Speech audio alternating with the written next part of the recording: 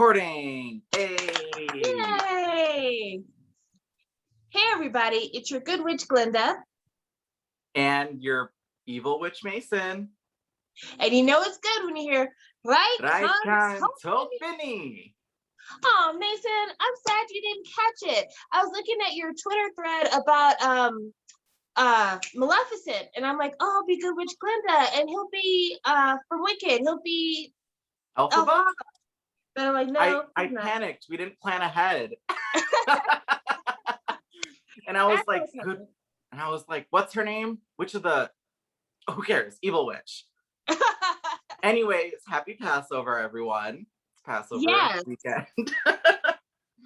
And if we don't see you next weekend, happy Easter, at least in the United States. I know Easter celebrated at different places depending on which religion you celebrate and where you're at. So sounds complicated.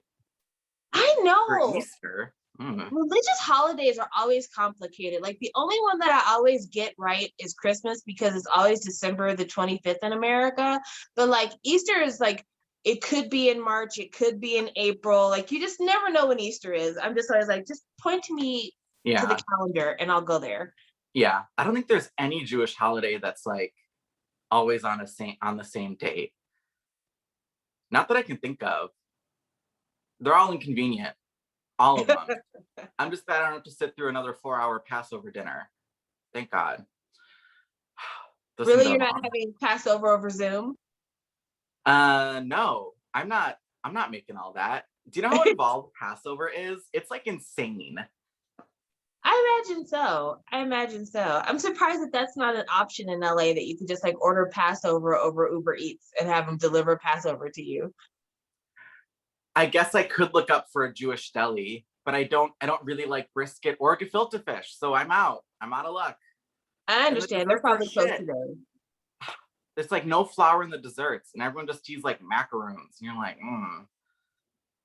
I guess things are better with like gluten-free desserts becoming more popular now, but man, when I was a kid, Passover, the desserts, you would wait 5 hours to eat a dessert, and then you'd get it, and you were like, I wish I didn't wait for that. Well, I know you guys didn't come here to hear about our qualms about holiday offerings. We're here to talk about number one for you of We Best Love. Okay, so We Best Love is a Taiwanese BL. So already the expectations are sky high. Because, I mean, Taiwan has given us Because of You and have given us the legendary History series. I will talk about that in Samantha's rants later on. Don't you worry about that. And so here we are with We Best Love. And I'll be really honest with you.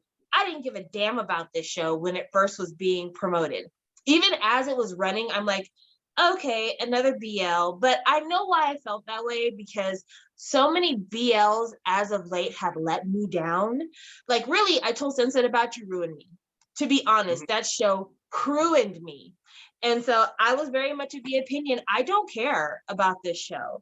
But then we kept getting feedback from both you guys and people that we know that this show is actually a quality show. And so we felt it our duty to investigate. And I'm kind of glad that we did, even though I'm kind of glad we investigated, even though we are going to talk about that last 10 minutes. But without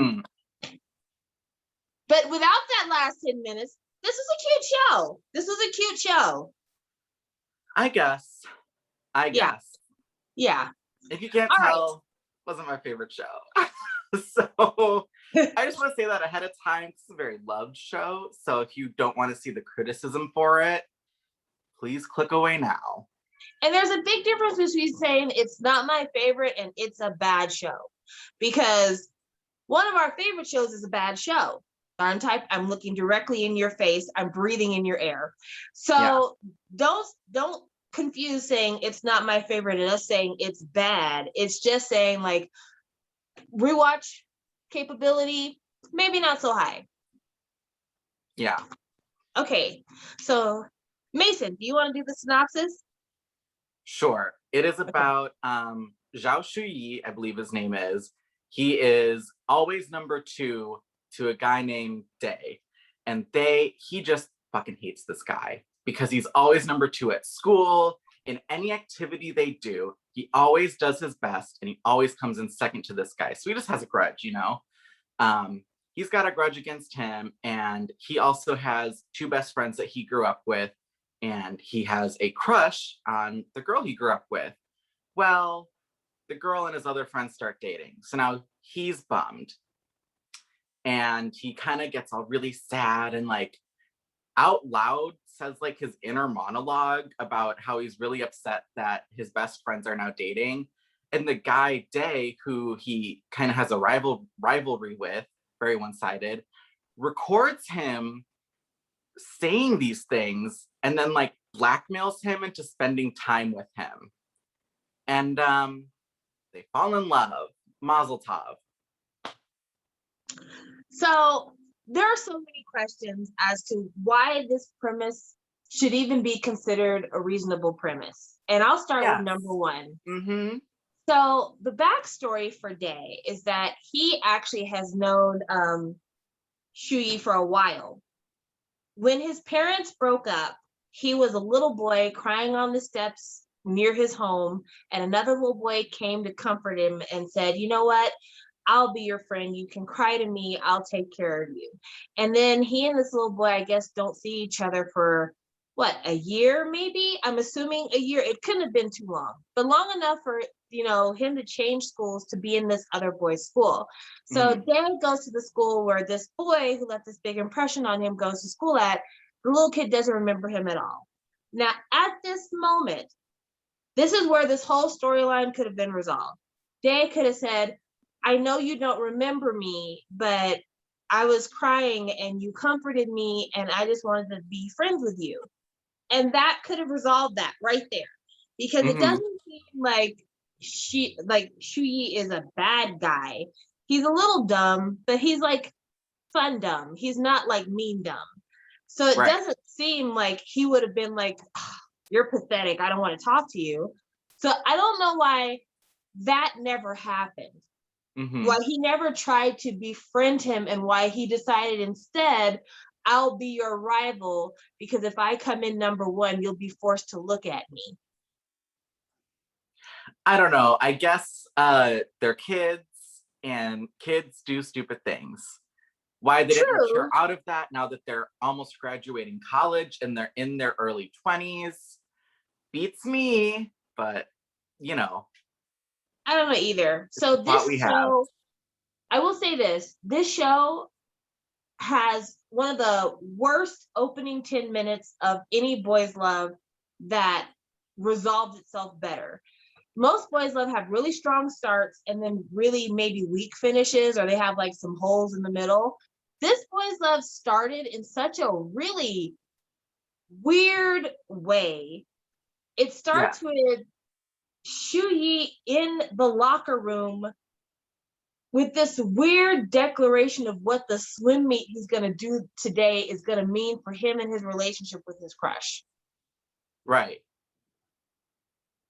And I just have to ask, like, who told him that that's what was going to happen? Like, he's like, today's the day. If I win this match, she's going to be mine.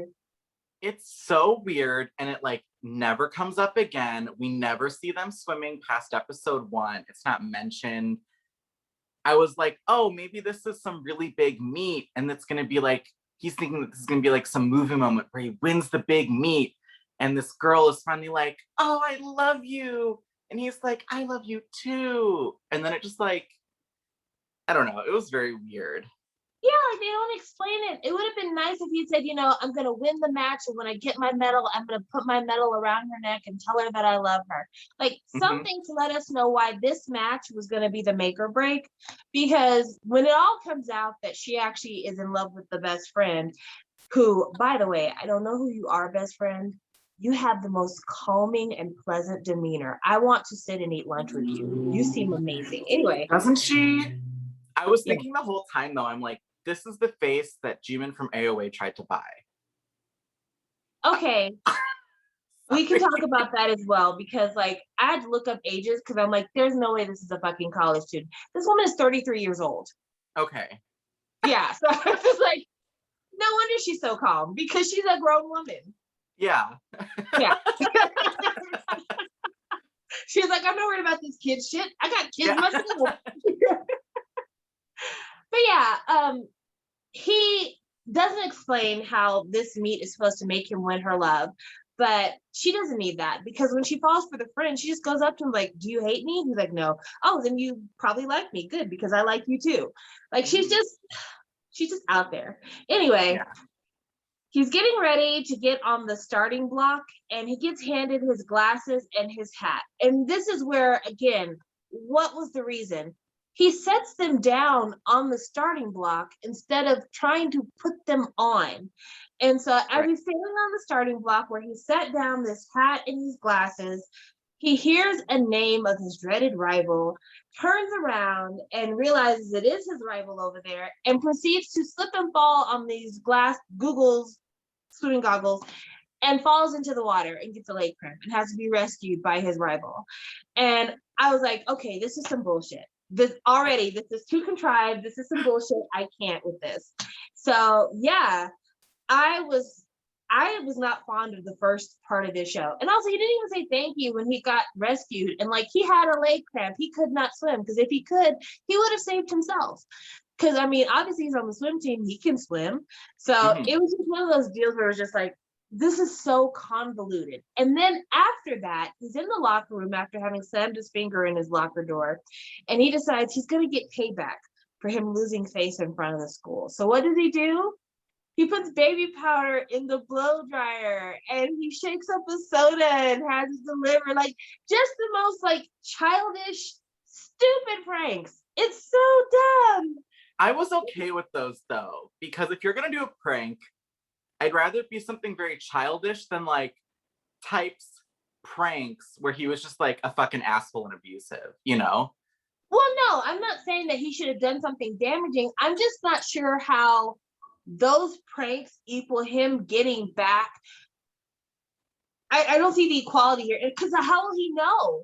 How will he know you did it? Because with the blow dryer, him and his friend hid around the corner because they didn't want to be caught. So like, how would you know? How would he know that you embarrassed him so he can know that you got payback? You know? I don't know if he was trying to get caught.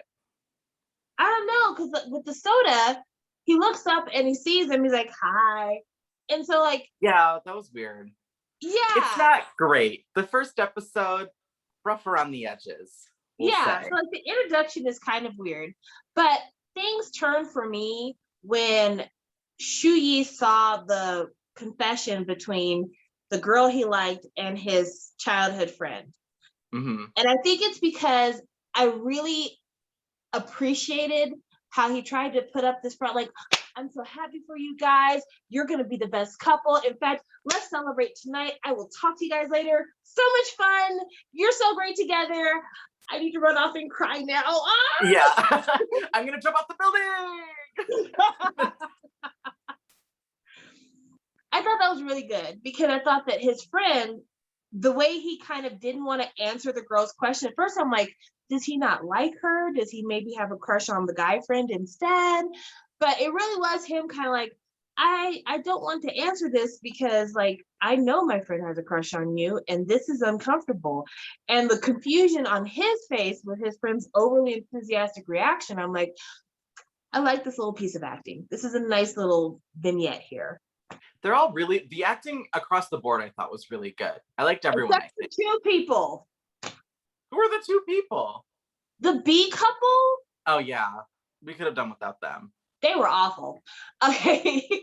But yeah, I really like that little piece of acting because it felt very sincere, and it felt like it was bringing the story away from like being, you know, very ultra dramatic to being kind of more in the realm of possibility, you know. But then he has this monologue where he's, you know, complaining about the fact that they're just so stupid and he's done all these things to try to win her heart and it's been ruined. And then he jumps into the pool with all of his clothes on. Yeah. And I did not know what was going on. I was like, are you trying to kill yourself? Because this is not going to work. If you're not trying to kill yourself, you're going to be walking around all day in wet shoes and clothes. What the hell is going on? Well, we needed another dramatic moment where they kiss underwater. So that's why he jumped in the pool, because the writers had the idea of, I want them to kiss underwater. How do we get him underwater? And this was their way. It's just so dumb. And also, he takes off his necklace and drops it in the pool. But then the next scene we see him in, he's got the necklace on. And I thought that that was going to be a thing where he's like, I can't find my necklace. And the other guy brings him his necklace, something like that. Kind of like in My Engineer. No, it's just, they show him dropping the necklace and falling on the floor of the pool. And then later on, he's wearing the fucking necklace. Yeah. And the whole point of that scene was like the symbolism of the necklace. So Right. we were kind of missing out on some context and just more there. Also, side note, did you notice how fucking dirty the bottom of that pool was? I was like, someone needs to scrub those tiles. Nasty. You know, No? I didn't notice that only because I was paying so much attention to how weird his outfit was as well. Because it was like these multicolored shoes, long black socks, plaid pants, and then this black shirt with these weird big pockets. I was like, what Yes, outfit? it's fashion. Oh my God, no. I thought every outfit this kid wore, I was like, banger, banger, banger. Wardrobe of the year. I didn't. I was thoroughly confused. I was like, Really? some things were cute. I think I like Dave's outfits a lot more, but his outfits were also much more simple. And I think I tend to gravitate towards a more simple set of clothes. Also, everyone only has 2 changes of shirts. Yeah. Yeah. But much like the history where it was the Step Brothers, everyone only has a couple pieces of clothing and they wear them all the time. Yeah. Yeah. I guess that's kind of realistic. I mean, it is, but like we've been filming this show for a while now, and I think I've only worn the same thing once. I wore the floral dress twice, but every other time I try to wear something different because I own a few shirts. And I just thought it was weird because I get the impression that Shuyi is rich. Yeah, of course. And he wears the same shirts all the time. That's true. Maybe they can only afford a few really nice shirts. His fucking place was huge. His apartment, Yeah. I will say, huge apartment, small TV. What was with that? I'm like, I feel like in a normal sized apartment, that's a pretty decent sized TV. We have a huge apartment. What's the small TV, kid? I don't know. Maybe it's because rich people think that big TVs are gauche. I don't know. It could be a taste thing. I like a big TV though. Oh yeah, everybody usually does. But I mean, we're also not rich. And whenever I see like Architectural Digest, most of the time, wealthy people don't have large TVs in their homes. Oh, no, I disagree. I would do it if I was rich. I feel like it's the first thing I'd do is I'd be like, in-home movie theater now. Well, you would have a large TV, but if someone was in your home taking pictures, they wouldn't know it's a large TV because you would have it set on gallery mode and it would have like abstract art or something on it. So it wouldn't look like a television. How would you do that? You would know it was a TV if you look at it and it's like moving art. No, you have it set to where like it only changes every like 10 minutes or something. So like just a still piece of art on there. Okay. Yeah. So anyway, he jumps in and then he gets out and his clothes miraculously dry enough for him to meet back with his friends because this is the same day, I believe. Mm-hmm. Clothes miraculously dry, hair is dry, like nothing ever happened, meets up with his friends, and his friend wants to talk to him about the fact that like, hey, you know, that was awkward back there. You wanna get into it? And he ends up getting rescued from the conversation. And this is where I really thought, okay, confession time. Your friend's gonna confess, like she confessed to me, but I actually like you, and it's a whole love triangle. I thought that's where we were going with this. No, we did not. Instead, he gets rescued by Day, who's like, I could see you're in an uncomfortable situation. Let me help you out. Also, I intend to blackmail you because I filmed this while you were crying and I feel like you don't want them to know about this. So instead, you could be my slave for the rest of the semester. I was so mad when that happened. You know why? Because people were really hyping this show up. like that it was some fucking amazing thing. And then I'm like, oh, this is a blackmail plot? I hate that. And it never gets resolved. The only time a blackmail plot is good is when somebody is doing something that's bad but not hurtful. Like if you catch somebody cheating on an important test, that's a good blackmail plot. Like I'll tell somebody that you were cheating on this test if you don't help me out with something that's not going to hurt anybody, it's not going to be weird. So it's not manipulative, but it's like if you're blackmailing someone into spending time with you in order to hopefully woo them over, that's very manipulative. No, I don't think that that's what I'm talking about. I'm more like, okay, there used to be a movie back in the 80s that was like, you wrecked your dad's car and you need money. I will go ahead and lend you the money to fix your dad's car, but then you're going to pretend to be my friend at school because you're popular, and that'll help make me popular. I've seen that in a plot in the 80s before, and I was like, that's not terrible because both of you know what you're getting into. You both know it's fake. And also, like, there's real money changing hands because this person needs money. Right. But this was like, I will blackmail you over your emotional labor. Yeah. Like, I have some dirt on you, kid. Here we go. And it's like, not a fan. Yeah, it was pretty weak, and I felt like it could have been something different. I really felt like we could have gone in there, and instead of doing, I have this video of you making this confession, and if you don't want them to see it, then you're gonna be whatever. It would have been better if he had said, listen, I can tell you're gonna continue to be in awkward situations like this. How about we make an agreement? In order for you not to have to spend time around them until you can resolve your feelings, come hang out with me. And that'll be a good excuse for them for why you can't hang out with them all the time. Right. You're both the top 2 students. You could say that you're studying all the time. Graduation's almost up. You guys have finals.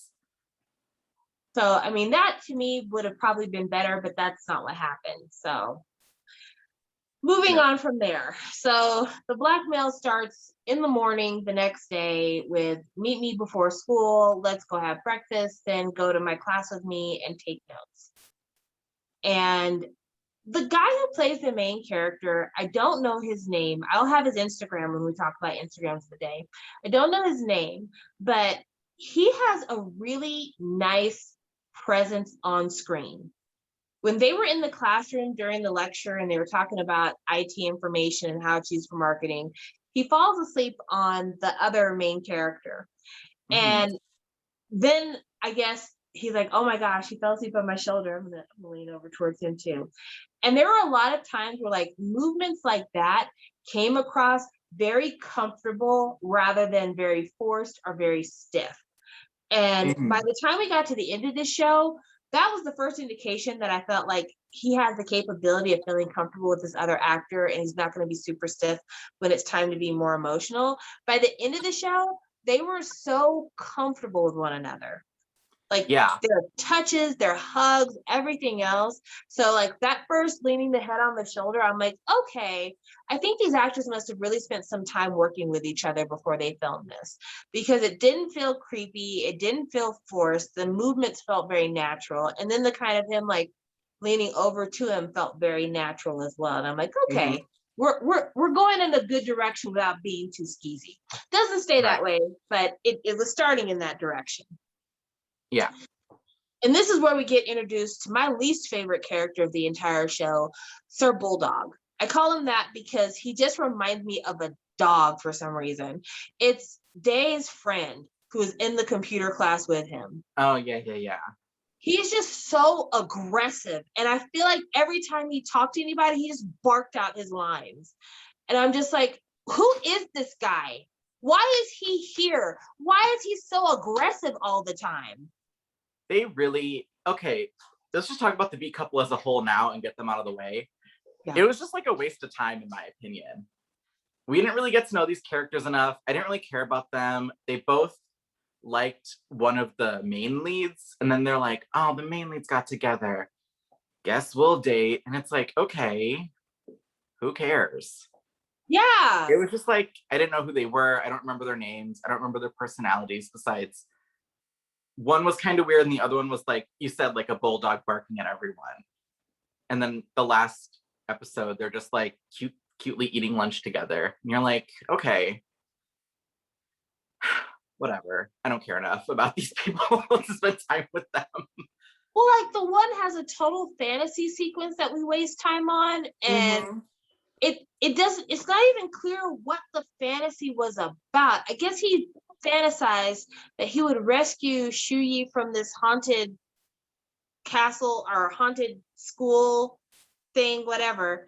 And so he like finds himself about to kiss a mannequin the way he's imagining he would kiss Shuyi. And it's just like, why is this here? Why are we spending even a second on this? Right. When there's so many other ways this could have been done. Like when they're in the classroom trying to figure out ways to prank Dae, and then Shuyi leaves and the two guys are talking to each other. At that point, he could have been like, I just think he's wonderful. And then that would have been, okay, that's the clue, he likes him. And then as he shows up to the lunch table and he's trying to feed him meat before the other guy's trying to feed him meat, little things like that would have worked to establish, oh, this guy has a crush on you.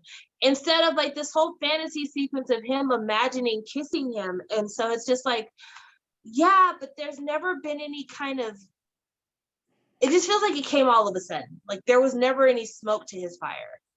Right. And then like Bulldog guy, there was nothing about him that could have possibly screamed, there's a romance here. And when he finally goes up to him like, well, you shouldn't have led me on. You should have told me that you were never going to like me. I was like, okay, maybe this growling you're doing is the reason why you're talking about this. And there were opportunities where they could have done stuff. Like they could have, like the first scene that he's in where they're in the classroom, he could have like walked in a classroom and saw Shuyi sitting next to Dae and been like, but we always sit together. And then he goes to sit elsewhere. Things then like at the cafeteria, we always get lunch together. And then he could have had a brief moment like, you know, I noticed you spend all your time with him. You used to spend your time with me. What, do you like him or something? And then he's like, yeah, I do. Oh, and then he could have given his confession instead of it being like, you like him, don't you? You know, and then he runs to the pool and cries. Yeah. And instead, he runs to the locker room and starts slamming all the locker room doors. Then the other guy comes in. He's like, I don't like you like that. He's like, well, I don't like you either. It was such a wild, they were so wildly undeveloped and just so much for so little. Right. Ugh. No. The superior B couple is the childhood friend couple. They're the superior B couple. Oh yeah, I thought they were cute. Yeah, again, I think he's they were very just calming. fine. Very calming. They were. They're the most calm couple ever. And when we got to the end and they're like, well, the reason why we got together is because you were so extra that we would sit and commiserate about it. And that's how we felt for each other. And I'm like, this is real.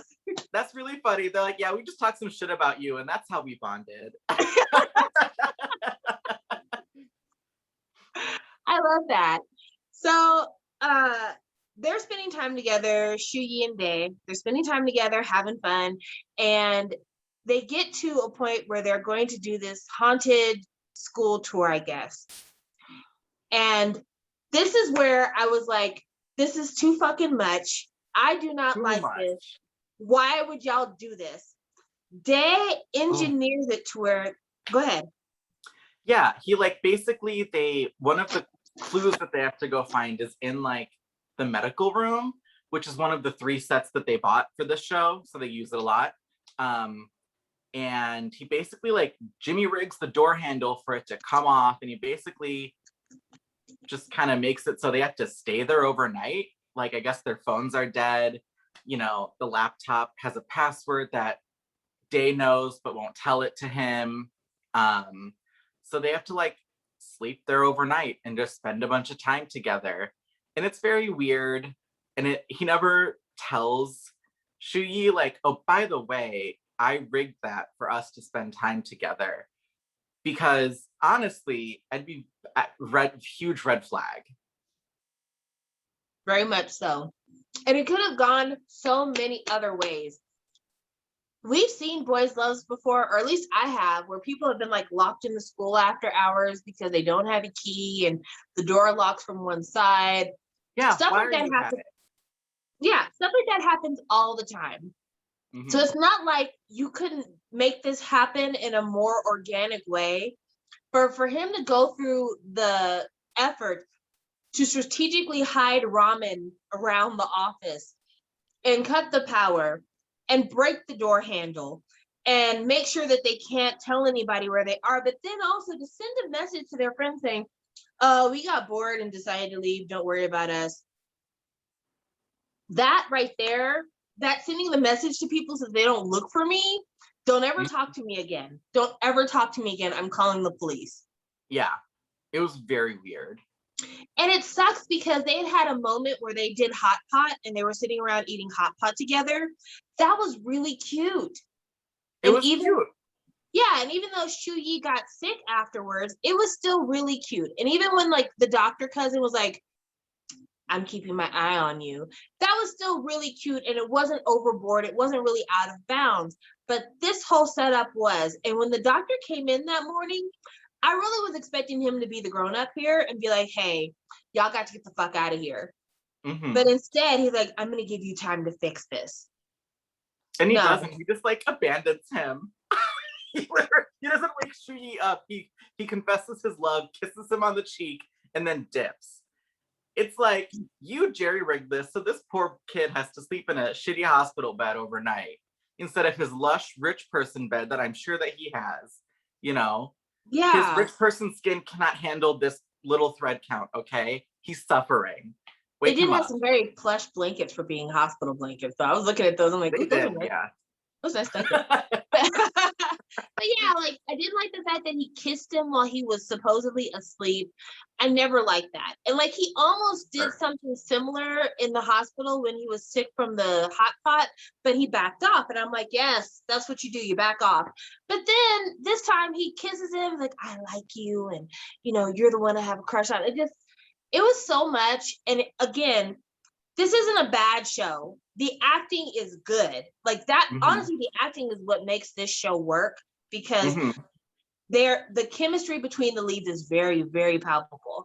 But just doing stuff like this, when we get to the season 1 special episode, I remember thinking like if this was a normal show that had a normal relationship development, I would be like, okay, this is a wild misunderstanding and you should have gone to him and asked him what's going on. But Mm-hmm. if your relationship started with somebody who's been secretive the whole time, who's been setting stuff up behind your back Right. the whole time, who never told you their true intentions for years, I could see you going to a scene, seeing something with your own two eyes and be like, I'm not going to wait for his explanation because he's probably going to gaslight me. Right. Yeah. There's a small thing with the two of them, though, that I really wish that they did. And this may be a small complaint, but I was really adamant about this. I really wish the two of them shared a laugh before they got together. Because in episode 6, when they're like together and they're kind of cutesy and holding hands, there's a couple moments where they're like a little jokey with each other. They share a laugh. And I feel like before then they had like maybe emotionally bonded and shared like almost like trauma bonded with like past bad experiences. But it was like, what are y'all gonna talk about besides your problems? Like, I I wish think that they had like joked around, maybe shared a laugh. they did share a laugh, but it was very brief. The laugh that they shared was over the ramen when they were doing the kai pai bo for the ramen. Yeah, and they went, heh, and that was it. Yeah, But I'm that like, was it. give me a laugh, give me more. Yeah. Well, I mean, instead they wanted to go with this whole setup plot and it wasn't necessary, and it would have been more realistic if they had been missing and people were looking for them and they didn't have their phones and they end up trapped in some place organically. That would have Right. made a lot more sense. That would have been a better trust exercise, honestly. Right. Instead, this establishes that I can't really trust you. And so, of course, after she overhears this, his reaction is to completely throw himself at someone new. Like, okay, this guy likes me. I don't know how I feel about this. I'll just get a girlfriend to get him off my mind. Mm-hmm. And that's what he does. He avoids Day, even though they have this agreement that they had worked out. Oh, I forgot about the date that they went on that wasn't a date, where they went to the arcade and they played all the arcade games. Yes. That Why was didn't they cute. share a laugh there? Okay. Okay. Sorry. I just like, I don't know. I was They very couldn't share a frustrated laugh with because they were this still show. in rival mode for that, but still. Yeah. But they could have shared a laugh or at least like a smile or something to be like, hey, we're kind of warming. No, okay, hang on. Okay. Yeah. It's whatever. It's fine. So Shuyi starts avoiding Day all around school. Day doesn't understand what's going on. And then I guess they were supposed to meet for lunch or dinner or something. And he finds out that Shuyi's on a date. And this poor girl that's on this date with Shuyi, there was lunch. That's what it was. It was lunch. Mm-hmm. She is just, I felt so bad for her because if it was me, I would have walked away from that table mid-conversation. Yeah. Because she's not, sometimes they have girls in these shows who are overly aggressive and don't get the hint that like this guy doesn't like you. This wasn't one of those situations. This was more like she had a crush on him and she doubted herself because she had a crush on him for so long. So when he wasn't really engaging, she was internalizing that as like, maybe it's me, maybe I'm messing up. And I hate that anybody has to feel that way when they're just a means to an end for somebody else. I agree. You internalizing that you're not good enough for this guy and that's why he's not paying attention to you, when really it's because he's preoccupied thinking about somebody else. That sucks. And I was really glad that she was kind of like, you know what? You're not interested. I'm going to go now. Thanks for lunch. I'm like, good. Mm-hmm. Salvage yourself, because like, don't feel bad about yourself because this guy's being a jerk. Yeah. And she stomped on his foot on the way out, which he very much deserved. Oh, absolutely. Absolutely. Because I mean, at one point he's walking and she's running behind him. That's so fucking rude. Yeah. She was so nice. She's like, she thought like, she was like, oh, I really like the shrimp. And he goes, I do too. And then he picks it up and he puts it on his plate. And she's like, So then she picks up a shrimp and tries to put it on his plate. And he's like, And then she's like, fuck it. Like, yeah. I'll just eat it. It's fine. She's really trying. And I felt bad that she's trying and he could give a damn, Yeah. So eventually it gets to the point where after having a conversation with his friend, former love interest, he realizes like, I actually have a crush on Day. And Day's at his house talking with his mom about the situation. And his mom's like, hey, go out there and get your man. And I was looking at Day's mom and I'm like, she looks super young to be your mom. She looks like she's only about maybe 10 years older than you, max. Yeah. I mean, they're in like their mid to later 20s, I believe, most of the cast. So could be. Yeah. It's like a Glee situation. Yeah. Where Mr. Schuster's 33 and then Corey Monteith was like 30. And you're like, well, okay. Yeah. No wonder you wanted him to be your best man at your wedding, because y'all are basically the same age. Right. Yeah. I do like that his mom, at least in this, I'm gonna guess that like part 2 really deals with like maybe Shuyi's family not super vibing with the gay stuff. But I like that the mom was like, there was no qualms with, there was no like coming out scene. It was just like the mom was like, go get your man, it's fine. And I was like, oh, okay, so she already knows. Cool. Hurdle overcome, because whenever you see a parent in these boys' loves, you're like, ooh, what's gonna happen now? We have a couple directions we could go, Right. Yeah, so I was glad that she was just kind of like, it's whatever, as long as you found somebody you love, it's fine. Just remember you still have to go to America with me, because that's where we're headed. Which I'm like, way to throw in a complication at the last minute, guys. Love that for us. Yeah. So eventually, Dae and Shuyi have a confrontation, and they're on this bridge, and that's when Shuyi's like, I like you, and the reason why I was avoiding you is because I didn't know how to feel about the fact that I like you, because you're the only guy that I like. It's another one of those gay but for you situations. Yeah, so he threatens to throw his necklace off the bridge. Dae's like, don't do that. Then he's like, I will just climb up on the bridge and lean over, which I'm like, don't do that. Don't pull a notebook and threaten to jump. Instead, he's leaning over the edge to scream to the world that he likes Day. And I'm like, okay, good, that's fine. I could work with that. And then they share a kiss on the bridge. I don't know about you, Mason. Wet kiss. That kiss was so gross to me. And I'm sorry. Both sobbing. And then they were like making out, like they were going at it on this bridge. They were completely trout mouthing. Just, yeah. I was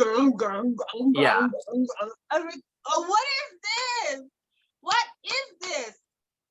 Like, just faces doing all this, mouth doing all that. It just looked so gross.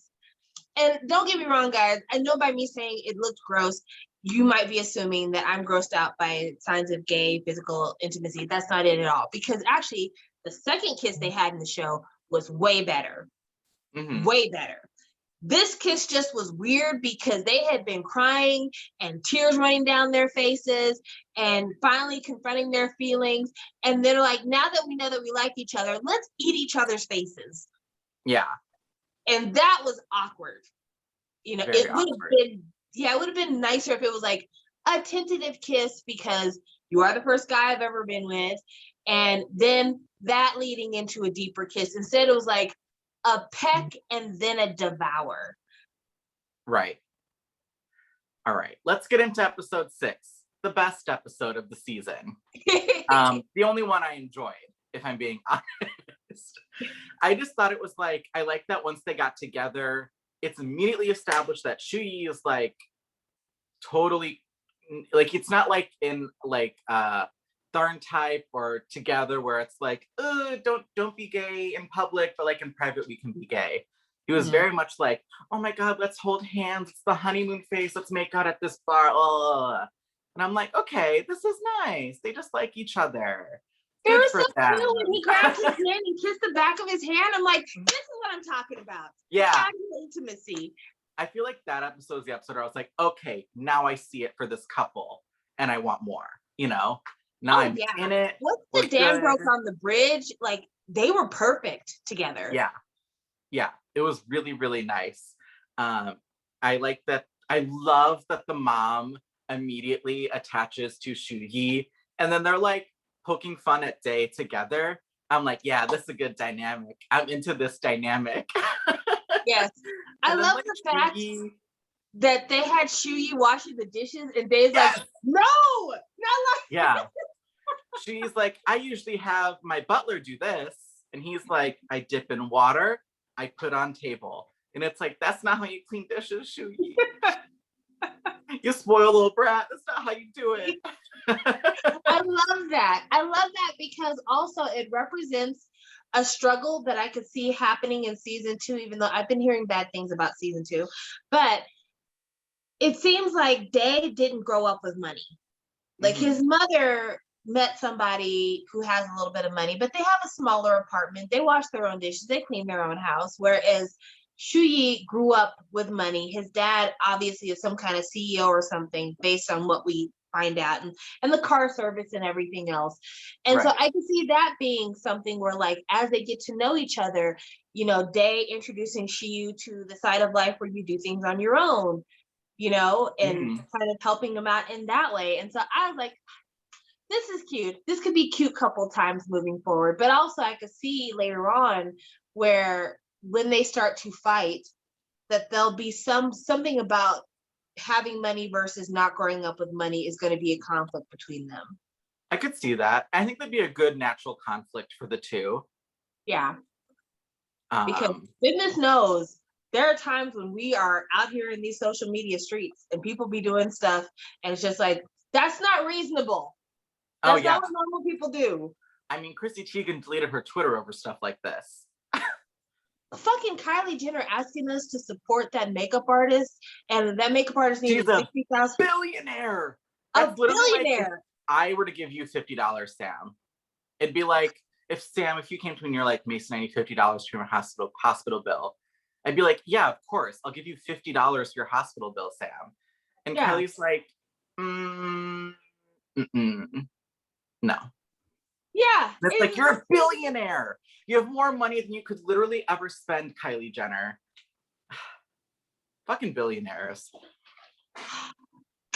Yeah. But anyway, I just see that being a very realistic conflict. You can already see our aggression towards rich people. I can see somebody who's broke dating some rich kid who doesn't even know to wring out a dish towel. I could see them having conflict. Yeah. Yeah. So I hate that Day wasn't the one to tell Shuyi that he was going to America.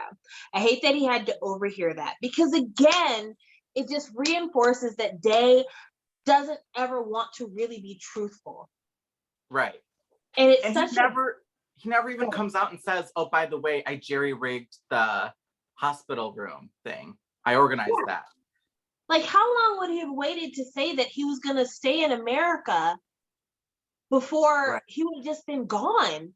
Like, how long would you have waited before you're like, oh, and by the way, I'm leaving? And I think it's especially bad too, because the concept of time is a little weird in this show, because they're always taught, we know that they're probably in their second semester of their final year. So they've got what, 4 or 5 months left of, maybe 4 months left of school. And we never know at what point where we are in that 4 months. So it was weird in the last episode to me when we never even see their graduation. It's just like, oh yeah, I'm going to go to America. And then it's like a few scenes later, he leaves for America. And then in the 6.5 episode, they're like 101 days in love. And I'm like, they've been dating for 3 months already? I thought it was like 2 weeks. Okay. Yeah. So 3 months, but how many of those months were in America? Right. I don't fucking know. Yeah. I don't know. So it's just like, it's so frustrating, even though like when he left for America, that hug that they had outside of the car, again, great chemistry between these leads. They are so comfortable with each other. I liked their hugging. I like that they both initiated good amounts of like meaningful physical contact. Not like, ooh, skinship, but just like, I like this person. This is my person right now, you know? Yeah. I liked the email thing. I thought that was cute. I don't understand the email thing though, because then they immediately use line in the next episode. And I'm like, what are we sending emails for, guys? What the fuck? Yeah, it didn't make much sense to me either, but it was a romance thing. He had overheard at the cafeteria. He's like, I want to try it out. I guess. Yeah, but it's just, okay, so here's where we are. In America, 100 plus days in love, things feel okay. Then they end that episode with the dad finding out that his son likes a boy. Mm-hmm. And I can't tell from the dad's reaction if the shock is anger shock or just like surprise shock. I'm guessing, my guess is it's going to be a hurdle, but I haven't seen anything about season 2, but I do have a conspiracy for the 6.5 that we're about to get into. Okay. Then we get the special episode. And it's 10 minutes. It's less than 10 minutes. Oh, mine was a full 20 plus. Oh, mine was 10, so I may not have gotten the whole thing. Then I'll let you explain it, because what I saw, I'm like, what is this? So what I got, the first half of the episode was literally just like you know how the very first scene of episode 6, they're sitting at the bar, cuddled with each other, and then Day's cousin is there. I got that. And he goes and talks to the bartender. Yeah. And is like, I'm bitter because I'm still in love with somebody, but they don't love me. So yeah, we get that scene again, but like longer. There's like a little bit more, but it was a waste of time. I didn't care. Yeah. And then you get into, I guess, what's his name? Shu Yi shows up in America, and he's just walking in a park in America. Yes, and then Day is there. When did you decide to come here? Day is there with a wife and kids, and you're like, how much time has passed? And then Day is like, yeah, it's been 2 years since we've last seen each other. And I'm like, you said you were going for 2 months. That's what I just knew. And he's like, you used to read the messages, but you don't even read them anymore. And I'm like, bitch, it's been 2 years. I kind of would stop reading them as well. Yes. Okay, here's my theory on what happened. I think the dad is involved. I think the dad doesn't want his son to be gay and like maybe orchestrated, maybe threaten the mom. You know, he's got some money. He's like, I'll fucking kill your mom if you don't settle down in America. His mom's dead. His mom's dead? Okay, well, Shuyi's mom is dead. Shuyi's mom's been dead forever. No. I'm talking about Day. Like, Shuyi's dad goes to Day and he's like, your mom, unless you follow this plan to marry this girl, and you have a baby, and you break my son's heart, and then he goes back to women. I guess. I don't know. I'm just saying that's my theory, because it's a boys' love. But I don't know. It's fucking dumb. Okay, so I didn't think that this was his wife or his child. When I saw this scene, I did not believe this was his wife or his child, only because if he's been in America for 2 years, that baby looked like a smooth 8 or 9 month old baby. I don't think that Shuyi would have waited for a year and a half to go visit his boyfriend in America. I feel like this would have happened after he didn't come back the first 3 or 4 months. He would have been like, okay, I'm going to go see you. Maybe it was 101 Days in Love since he's left. So maybe it was like month 3 and he's like off to visit, you know? Yeah. I also don't think it's his real wife and kid either. Also, they really didn't cast like a native English speaker as the American. No, it was some like Dutch lady or something. What's with this? They keep doing this to us. Cake, baby? Is baby hungry? Here is your cake. Delicious. Like I always guessed a random European person in these boys' loves as the American, and I'm like, I can't. Strong Wisconsin accent you have there, ma'am. Yes. And she's like, I am from Wisconsin, and you're like, sure, cool, yeah. Oh man, so I got all of that too, but for some reason mine was abridged. But yeah, I didn't think that was his baby. I didn't think that was his woman. It was weird that she was feeding him, but I'm like, well, maybe it's because both of his hands are on this baby. But like the baby also just looked too big for it to be his baby. He would have had to have got this woman knocked up before he ever went to America. So my assumption was that maybe this woman is related to his stepfather. And this baby is somehow related to his stepfather. And that's the reason why he's cuddling this baby. Like maybe he's got a stepbrother because his stepfather has kids already. And this woman is his stepbrother's wife and that's their kid. Could be. Because it just seems reasonable. And that's why I'm saying I need to know at what point after he came to America did Shuyi see this? Because it doesn't make any sense.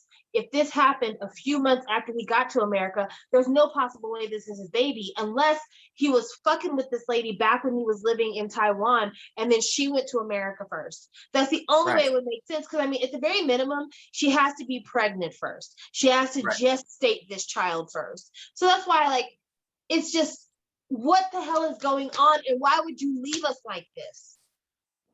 I don't know. Crazy way to end this fucking show. Also, if I was Shuyi and I just got off a fucking it's like a 16-hour flight to go from Taiwan to America. Oh my God. I wouldn't immediately run and turn away. I'd run up to him and scream and be like, what the fuck are you doing? How did you know he was in this park? Because obviously he didn't know you were coming since he's out having a picnic with this lady. So like, it just doesn't make any sense. It was very like Make Our Days Count episode 10, where you're like, I don't know why we did this. We didn't have to do any of this. None of this was necessary, but you chose to do it anyways. And I would like to know why. Yeah, because like we said, the whole growing up poor versus rich, that's a whole series in and of itself. That's a whole, like, are you trying to buy my affection? Or are you just with me for the money? Those kind of conflicts are like, the one gets in trouble is like, well, I took care of that for you with my money. I didn't ask you to do that. I can take care of myself. You know, some of that shit can happen. But this was like just the most extreme stupidity. And it really frustrated me because, again, the acting in this show, especially between these two actors, was so solid. And I just really wanted them to spend more time in relationship mode. Right. And I just, frustrations. It was a really bad way to end the show. Yeah, it was. Okay, Sam, what's your ranking? Okay, I realize this is an unpopular. I'm still glad I watched the show. Don't get me wrong. I'm still glad I watched the show because it relates to my rant, and I needed a little joy here. I'm gonna give it a solid 6, and I mean not even a 6 to 6.5, like a straight up 6. You got it by the skin of your teeth. I gave you extra credit points, and it got the 6 because I really like this couple. Agree. I think I would have given it a 7 had we not had the final episode. I think I would have been like, I might give this a 7. It was nice. It ended on a high note. No, right. 6, barely. Yeah. The monkey wrench they threw in at the last part just it blew a lot of goodwill out of the water. All right, so let's talk about Samantha's rant. Part of the reason why everybody was so excited about this show is because the writers of History Trapped wrote this show. How disappointing. Right. And so I needed to feel a good story because History 4 is now airing. I could not even get past the first 15 minutes of History 4. History 4 is terrible. It is fucking stepbrother plots again, which nobody wants. It is filmed with that kind of liquid television-y kind of film style, so it doesn't feel movie quality. It doesn't feel near as good as History 3, which shows that they have no budget. The actors are like just stiff and awkward, and it's an ugly setting that they're in. It's some office building that's just really ugly looking, and it looks cheap. It feels cheap. It doesn't feel quality. It doesn't feel like the natural progression of a series that ended with Make Our Days Count. Right. Like I cannot stress it enough. Prior to I Told Sunset About You, Make Our Days Count easily would be the culmination of everything boys love. Like just acting, scenery, filming, plot, storyline, friendship groups, all the things that I know we look for in a boys love. History Make Our Days was the one. In fact, I don't think I've seen a better friend group in boys love ever. Right. Top friend group. Probably Until We Meet Again is the only thing that can compare. Yeah. Yeah. So like this show is wildly important. And after an absence and not knowing what are we going to do, are we ever going to come back to this storyline, this series? Is it over now? And with the renewed interest, because of how popular History 3 was in Japan, and they had their little feature in that Japanese boys love we watched, Life, Love on the Line, I really thought that they were going to take this opportunity to come back with a vengeance, come back with something that showed that this franchise isn't dead. This franchise has wheels. This franchise was made to continue running. And it's just so fucking cheap. It's just so fucking cheap. And go ahead. I wonder if they did that because the other histories were a bit more serious. And I wonder if they were like, with History 4, let's try something new and make it a little zanier in terms of the style. It's not even the zaniness. It's like, can a camera be zany? Because like the camera quality is totally different. It feels like it's filmed on somebody's iPhone. Yeah, it's very different camera quality. It's a little distracting. Yeah, it's not great. I saw the first 2 episodes. I might watch the 3rd one later today. But it was like, I'd watch 5 minutes and then be like, okay, I'm going to pause this and scroll on Twitter for a minute. And then get back to it. Did not hold my attention. And that's the thing, like, Taiwan, for a long time, for me, has been like the BL capital. You know, even though Japan has the longer history in BL and Thailand has the more famous BLs, Taiwan for me really brought something to BL that you weren't getting from either place. And that's you were getting like real engagement with the actors and real focus on actor chemistry. And you were also getting storylines that even if they followed tropes, there was just so much emotional heart put behind the storyline that it made you care about something that was very tropey. You know, Right. like crossing the line is like high schoolers playing volleyball. And, you know, Make Our Days Count are high schoolers getting ready to take their final exams. And, you know, like stuff we've seen before. But what Make Our Days Count, what Crossing the Line had, what Trapped had, is they had this sense that the people who made this story were invested in the world that they were creating, that they weren't leaving a bunch of big gaps for you. Whereas a show like History 4, just from the jump, it feels like you're watching a soap opera. It doesn't feel like any care was placed in creating this world.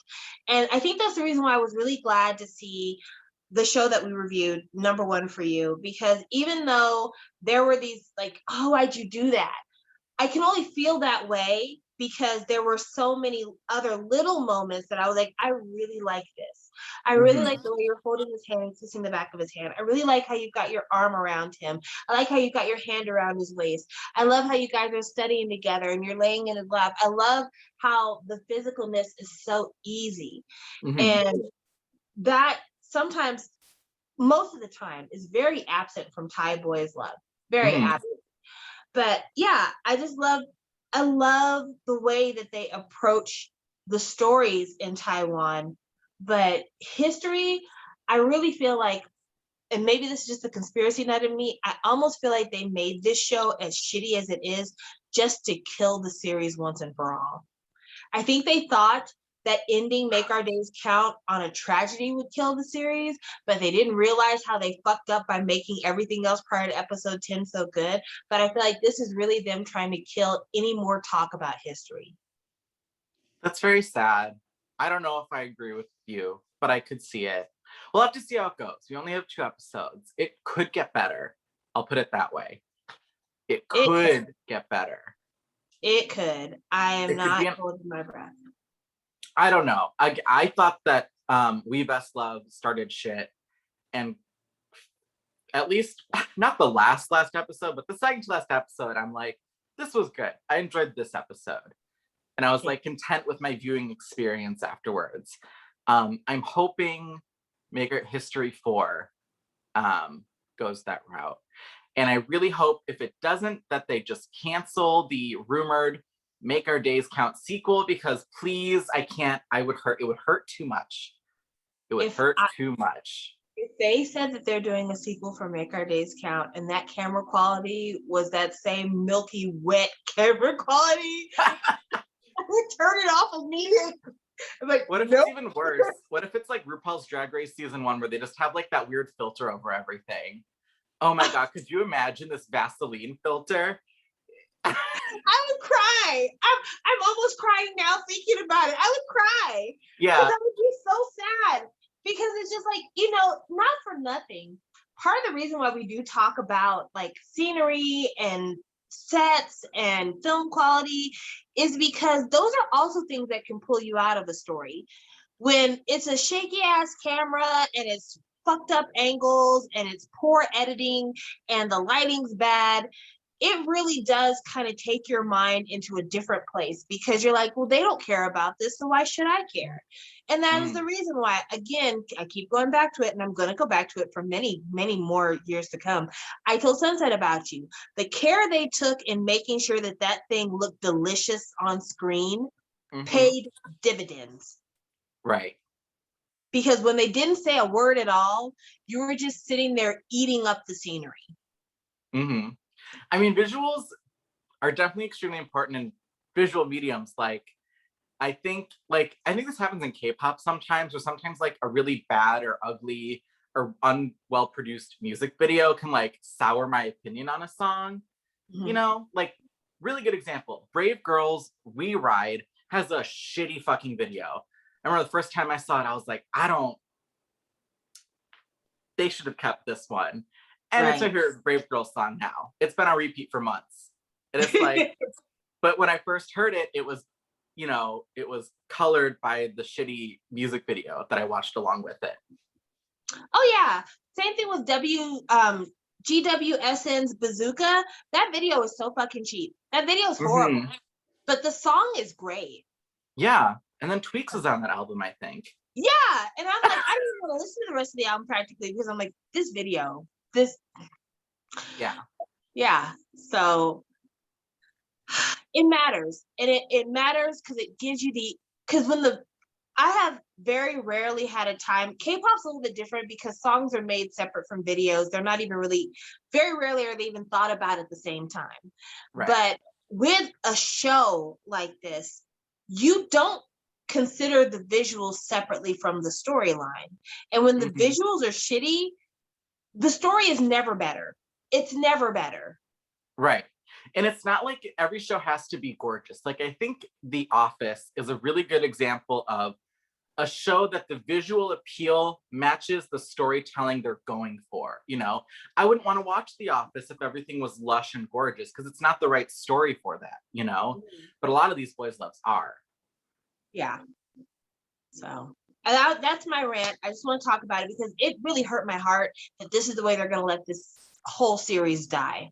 I would have rather you not come back at all. I would have rather left it and make our days count because, I mean, we devoted 4 vlogs to talking about history because it was that important. And I mean, we started with, you know, basement series history where it was just basement series.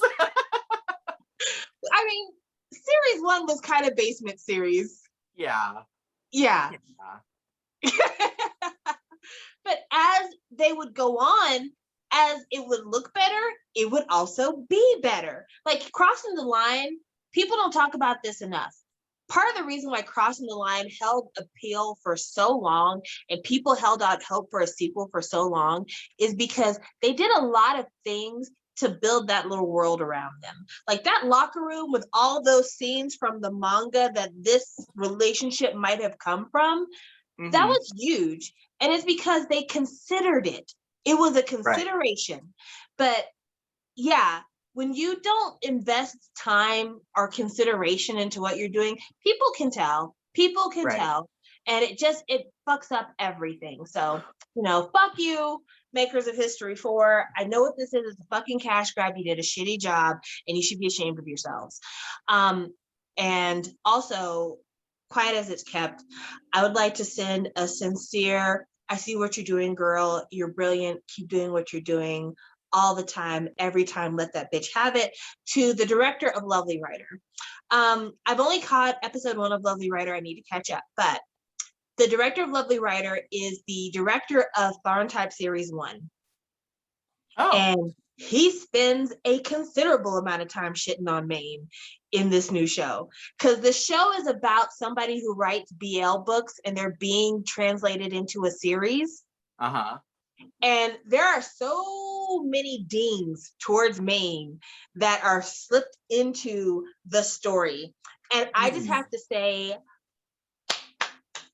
we see what you're doing, girl. She must have been hard to work for.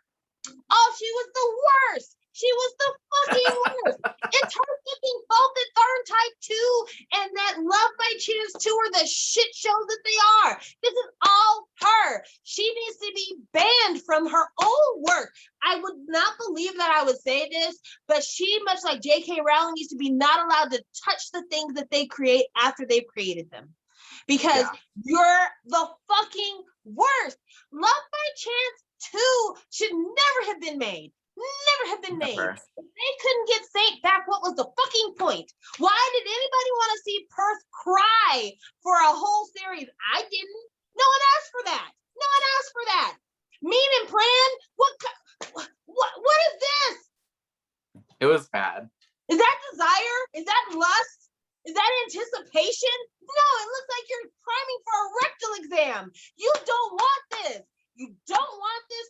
I don't want this. Even Kinkla, as much as I hated that couple, I'm like, okay, maybe she'll at least do something with them. No, he spent the entire series apologizing. They never got together. They never did anything. They were just fucking there. Then Fahrenheit 2, which you had a real opportunity to do something special. Instead, you just wasted our fucking time.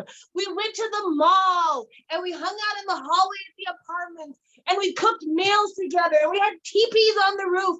But did we get any kind of relationship movement at all? Did these two people seem like people who had been together for 7 years and had learned anything in that 7 years at all? They learned nothing. Type is a worse person now than he was the day he met Tharn. The guy who walked into the dorm room was a better person than the guy who went to the wedding at the end of season 2. Because the guy who walked in the dorm room would have never kidnapped a teenager and threatened to gang rape him. He would have never done it. But this fucking guy will. So yeah, Maine, fuck you. Fuck you. Okay, so I'm gonna do my manga of the week. Should we do the Instagram of the day? I do have 2 Instagrams. I'm so sorry. I'm sorry, you guys. I was like, I'm gonna give Sam a second to take a breath because that was a rant. It was a very good rant. I agree with everything you said. I'm gonna let you have a moment to yourself, Sam. Okay, so my manga of the week is This Wonderful Season with You. It is by the author and mangaka of Deko Boko Sugar Days, which I mentioned many, many months ago, but it is one of my favorites that I've read. It's pretty thick too, if you can't tell. It's about basically this really nerdy guy, and he falls in love with this super jockey guy. And I feel like that's a ship that we actually haven't seen too much of, at least in like the boys love that we've watched. And I also really like it because it really plays into the like heavily into these stereotypes in manga where the nerdy guy is like frumpy hair, big circle glasses, and then when they draw his eyes, they don't draw like his eyes, they draw like the little swirls instead, like in Sailor Moon, the nerdy character in Sailor Moon. And then the jock is like a traditional manga jock who plays baseball, you know? And it's very wholesome. It's just these 2 boys and they just fall in love. It's very cute and I recommend it. And it's the art is so good. I love the art in this. Oh, let me find that. There's like one spread that I really loved. Hold on. Ooh, where is it? Please. It was so cute. Oh, look at this. Oh, they're so happy. No, it's very cute. You can get it from anywhere where they sell books. I got it from the company that shall not be named because there's no ethical consumption under capitalism, but it's published by Tokyo Pop. Okay, that's it. Our Instagrams of the day. We're gonna start with the actor that played Day. His Instagram is Sam, SAM _ special, but instead of a C for the special, he uses an X. So it's Sam, SAM _ SPEXIAL. And he goes by the name Sam Lin, but he also has like a regular Chinese name as well. But he's an idol of some sort. So that's one of his idol names. And his Instagram is a fairly boring Instagram, but he's cute. So if you want to check him out, he's there. And then the actor who plays Shui, he is actually Japanese and Taiwanese. So like at the very beginning was like, my dad followed my mom to Taiwan. Like that's actually his origin story. I like that they kept that in. And if you noticed a couple times, he does have a couple lines of dialogue in Japanese, like a couple like reaction moments. Mm-hmm. He'll like deliver his lines in Japanese, which I thought was a nice touch too. Yeah. So he goes by the name of Yu, like that's his stage name. And his Instagram is Yu_Yang official. So it's YU_YANG OFFICIAL. And he has a lot of like business stuff on there. So like advertisements, photo shoots, stuff like that. It's also kind of boring too. But I'm about to sneeze. Ooh, bless you. Sorry, that's the reason I've been touching my nose so much, because allergy season. But he has a very Japanese look. Like, it didn't come across as much, I think, in this show as it does on his Instagram. But when you look at his Instagram, he has like that big J-pop hair. And so it's very interesting, because I feel like anytime I see idols who have these mixed backgrounds, I always feel like they're perfectly suited to be idols, because they bring a little bit of several different cultures into everything that they do, and it makes their performances very interesting and layered. Because they kind of ride that line in their personal life of mixing so many cultures, so they can't help but bring that into their performances. So I really appreciate that. All right, so we're going to talk about the order of things, because I'm sure you guys would like to know. Yes. So we are going to do the Korean rundown. You are going to get that. You're going to get it in 2 weeks, but you're going to get it. We're going to do the rundown of Wish You, To My Star, Color Rush. You're going to have that. And then the next show that we're going to do is not going to be a show. It's going to be a movie. Mason, can you tell them the title of the movie? Because I will fuck it up. Okay, we are going to be watching the anime film Dokusei. Yay! So that's where we are. And then after we watch the anime movie, we are going to go back to doing the series. We're going to do Tale of a Thousand Stars. We had been on the fence about whether or not we wanted to do it, because after Tonon Chonati, I was kind of like, GMMTV could sit down for a minute, but we've been hearing really good things about the show. A lot of the community is invested in the show, so we will be reviewing it, but we're not going to review it as soon as it finishes, because we need a little time to take care of some personal business ourselves. So just so you know, that's kind of the order of things. And then depending on how things turn out, probably right after we do Tale of a Thousand Stars, we'll be doing the second half of We Best Love, which is Fighting Mr. Second. So that's what we anticipate. If Fighting Mr. Second is just a shit show, we may avoid that, and instead you may be getting scum from us. Okay, good news for me. Go ahead. I said, we should also add Lovely Writer as a possibility. That is true. Lovely Writer is also a possibility. It depends on how things swing out. I need to catch up with Lovely Writer first. But that's what we have kind of in the docket, where our interests lie, where we think we're going to go next. I had thought about us doing the Hello Stranger movie, but I don't know. I'm not sure, because I watched Hello Stranger the series. Mason did not, and I'm not sure how much of the series you need to have watched in order for the movie to really sink in. And I'm not going to make Mason watch an 8-episode series in order to watch a 2-hour movie. Is it like a sequel movie? Yeah. Okay. And that's the reason why I'm kind of like, I don't know if I'm gonna make him watch that, but it is something I was considering. We might just go back and do Hello Stranger, just period. But right now there's much better things we could be watching. Not that Hello Stranger is bad, but just Hello Stranger was another one of those shows that was filmed during like the height of quarantine, and it had a lot of quarantine-based content. And not for nothing, you guys, I think we've all been kind of traumatized by COVID, so we can kind of use a break before we revisit those days. I fully never want to watch any movie, TV show about COVID, ever. I don't want it. Yeah. Like, I don't want a Hollywood movie about a COVID love story. I don't want it. I won't watch it. I need happiness. Yeah, I mean, it's been tough. I'm just gonna break from our normal boys love stuff, and I'm just gonna talk about this here. I don't know about you guys, but there's been a lot of tension in the world recently. And, with us being a show that talks about boys love, we would be remiss if we didn't talk about the recent spike in Asian hate crimes here in America.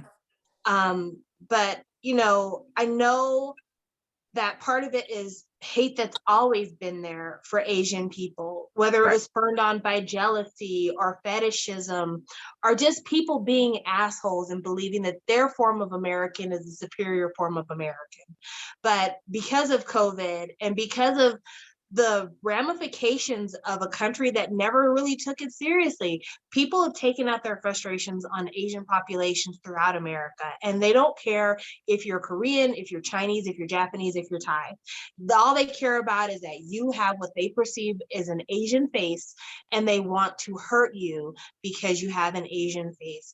And we obviously don't support any of that. Like, we obviously believe that humanity is important and that your behavior towards another human being shouldn't have anything to do with their race and everything to do with their character and the way that they treat you. But with that being said, it's been really tough sometimes doing this show for me personally, because I wonder how much of the way that I'm reacting to this show and how much of the way that I speak about this show is hurtful, because I have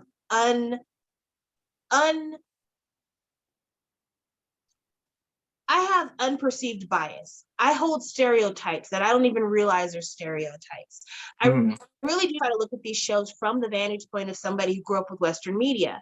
And because of that, there might be things that are canon forms of entertainment that end up in these shows that if I was from this country, it wouldn't bother me at all, because it's always been there. It's always been a part of what we're watching. And so it's not a big deal. It's not off-putting, but I'm looking at it from Western media. And so I bring bias there. There are times when there may be things I don't understand, names I mispronounce, and I'm really trying my best to pronounce these names correctly, but I'm not doing the best job. And I don't want any of my shortcomings when I'm talking about these shows, these characters, their culture, any of that to be perceived as me feeding into the monster of Asian hate, because that's not the case at all. It really is part of it being that I'm just too stupid to be able to pronounce some things correctly. Some of it is just I'm uninformed and I'm ignorant, but it never comes from a place of hate. It never comes from a place of anger towards Asian people. It never comes from a place of not feeling that they're less entitled to this life than I am. And I just want to be very clear, because we've had comments on certain shows where people have spoken about the fact that we didn't understand something culturally. And I try to stay away from those comments in terms of reacting negatively, because they're fair comments. They are fair comments. But again, like I said, with this recent wave of anti-Asian crimes being committed, I just want to make it very clear, we never mispronounce a name or misspeak because we don't feel like their cultures are important enough for us to try to get it right. It really is sometimes there's just no one to ask. Even with Google at your fingertips, it's still sometimes very difficult to get good pronunciation, guys. It's still very difficult to get a hold of content that you can understand enough to inform you, to be able to let you know how to interpret something. And then there's just some stuff that I don't even pick up as being like, this is an area where I need to investigate a little bit more. It doesn't always click, but just know that we stand in support of the Asian communities around us. We stand in support of the Asian communities that we review on a regular basis. And we really are trying our best to be better at what we're doing. So if you see us slipping, let us know. Please be kind, because we really are trying, but let us know, because it's never our intention to hurt anybody, ever, ever. 100%. Please let us know if we ever say anything culturally insensitive that we didn't know about. Also, just like to my fellow white people, we started this. It is on us to end it. Really and truly, make sure you're checking your parents, your friends, even coworkers on things that maybe they don't realize is a bias, but it is.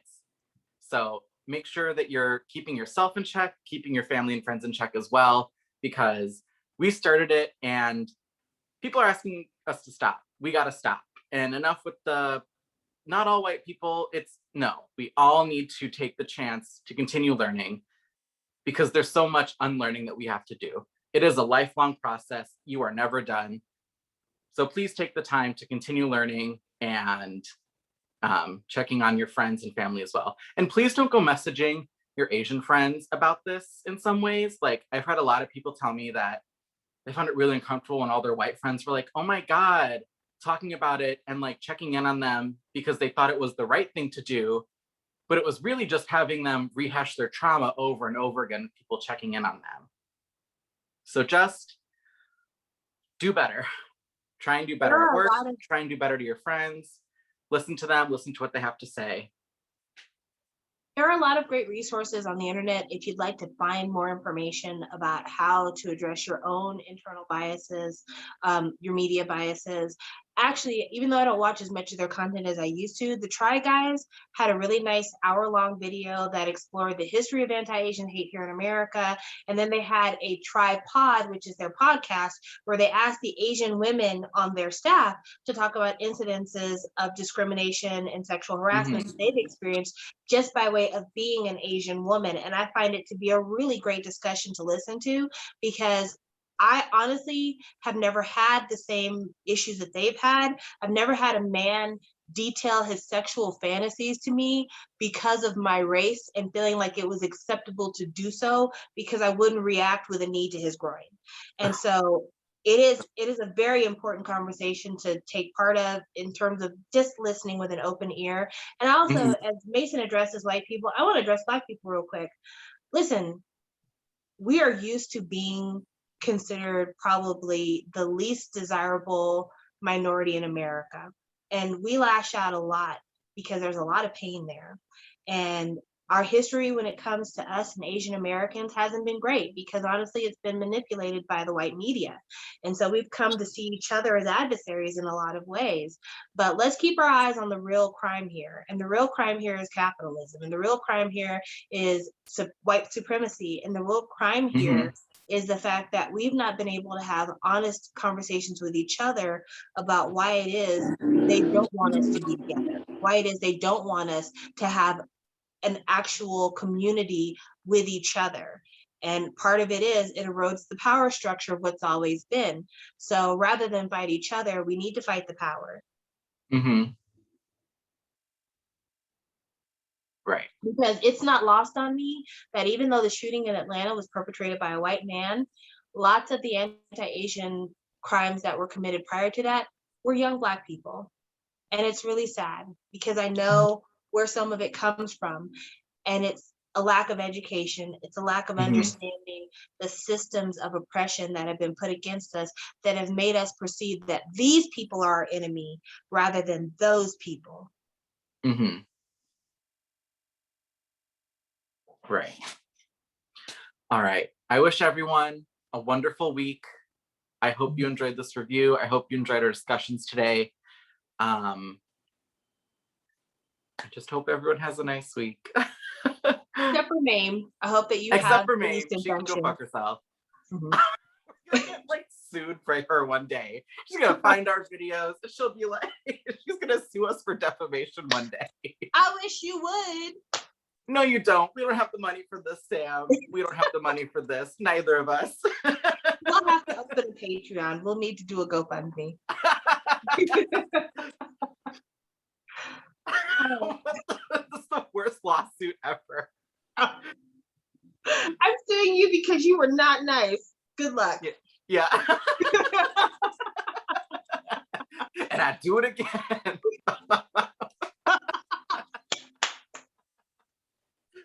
All right. Goodbye, everyone. Bye.